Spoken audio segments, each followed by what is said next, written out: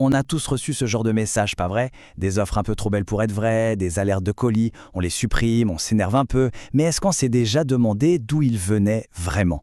Aujourd'hui, on va remonter la piste, on va suivre le voyage secret de ces SMS pour voir qui se cache derrière tout ça. Ah, celui-là, c'est un classique, le fameux message du colis. Ça joue sur notre impatience. On attend tous quelque chose, non? Et hop, on est tenté de cliquer sans trop réfléchir. C'est simple, mais c'est redoutablement efficace comme technique. On a cette impression qu'ils sortent un peu de nulle part, comme ça, par magie, mais en fait, pas du tout. Ils sont l'aboutissement d'un long voyage, un périple que nos informations personnelles font sans qu'on le sache.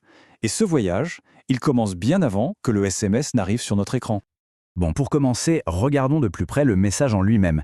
Qu'est-ce que c'est au fond un spam texte et pourquoi c'est bien plus qu'un simple petit désagrément? C'est vraiment la première pièce du puzzle pour comprendre comment toute cette industrie fonctionne. Voilà, le mot-clé ici, c'est vente de données. Ce n'est pas du hasard. Si on reçoit ces messages, c'est parce que, quelque part, notre numéro de téléphone, entre autres, a été collecté puis vendu. En fait, chaque spam qu'on reçoit, c'est la preuve que nos données sont devenues une marchandise. Et c'est devenu complètement fou. Le problème a pris une telle ampleur que pour beaucoup de gens, la boîte de réception ressemble à un champ de bataille.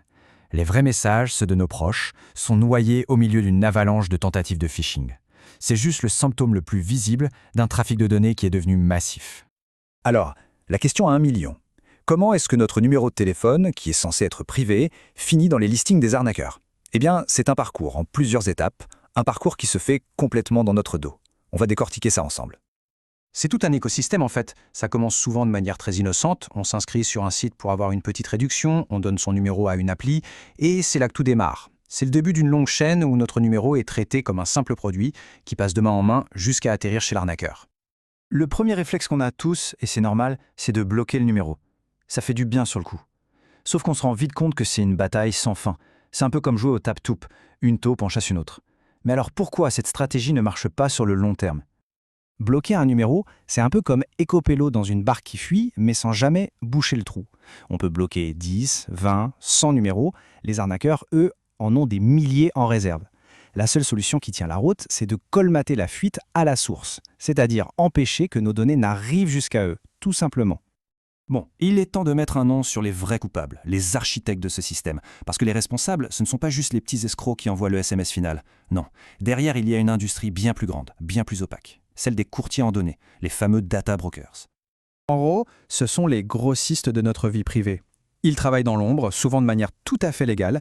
Ils achètent des petits bouts d'infos un peu partout. Nos achats en ligne, nos abonnements, notre activité sur les réseaux. Ils assemblent tout ça pour créer des profils super détaillés et ensuite, ils les revendent au plus offrant. C'est leur business model. Et c'est là que ça se complique. Il n'y en a pas un ou deux, il y en a des centaines. Essayez de les contacter un par un pour leur dire « supprimer mes données, c'est une mission quasi impossible. C'est un travail à plein temps. Personne n'a l'énergie ni le temps pour ça. » Alors, on fait quoi? On baisse les bras? On est condamné à subir ce déluge de messages? Heureusement non. Il existe bel et bien une façon de renverser la vapeur, de couper le robinet directement à la source. Une approche beaucoup plus intelligente que de juste bloquer des numéros à l'infini.